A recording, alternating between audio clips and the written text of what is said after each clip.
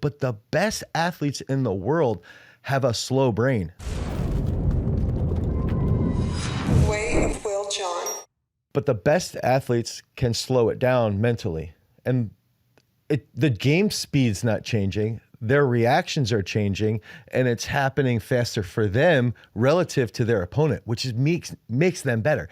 When they go to the NFL, it's the same thing. The game's even faster. Look, for soccer, when you guys get to the top level, the game is happening faster, but the best athletes in the world have a slow brain, meaning that they can process more things at higher speeds, and it makes it easier for them to make sound discussions or sound decisions. And it's like the best quarterbacks in the NFL will have a pre-snap read, and they read 9 guys, and they can bring in all that information. The worst ones can only read 2 or 3.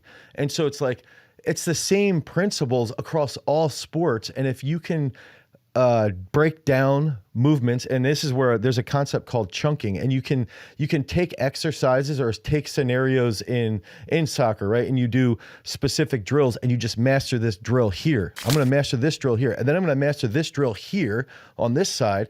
And then I can have a drill that links those two together, and I'm going to do each of them 500 times. Well, guess what? Now that just made your game that much stronger, because you, in that situation, can slow things down, whereas the other guy's having an anxiety attack because he can't slow it down. Yeah. So that's also that is the big difference. That's also probably what you saw with like yoga. I think is the other aspect is that, I'll try and get our guys and women to get in the sauna and to do yoga, because it helps them visualize. And the mirror neurons and the visualization is a very, very powerful thing that we're only on the ice. We're only tipping the iceberg of this stuff. There's research and stuff that visualization, it's not going to solve like a dead joint problem, but it helps people feel joints that aren't even there. Right. And then that helps them when they get a prosthetic limb.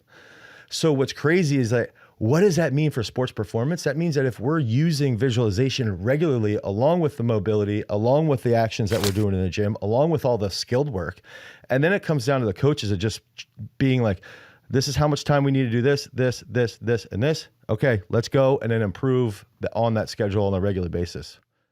Yeah, the fact that you even touched on visualization like blows my mind, because that's a whole nother podcast. We got to schedule that one. Touched honestly, because I took in one of the latest videos that we just did, I interviewed the top performers, EPL guys, World Cup guys, winning championships, all this stuff, and I went through the commonalities, and I think I'd done like 30, close, and roughly it's just like the last 2 years, but I've spoken to over 100 of them. They all go back to the mind. They all go back to this visualization. They have some sort of thing, whether they either learned it, some of them learned it, some of them stumbled onto it, some of them figure it out that they start training it, and some just but they all have it. Yeah, exactly. yeah. And the fact that, it is the tip of the iceberg. Like you said, okay, maybe it's not going to bring your missing leg back, but it's going to do some shit that's pretty miraculous if you make it consistent. Like, you'll never believe that you could do some stuff. And that is a fact, right? So. Yep.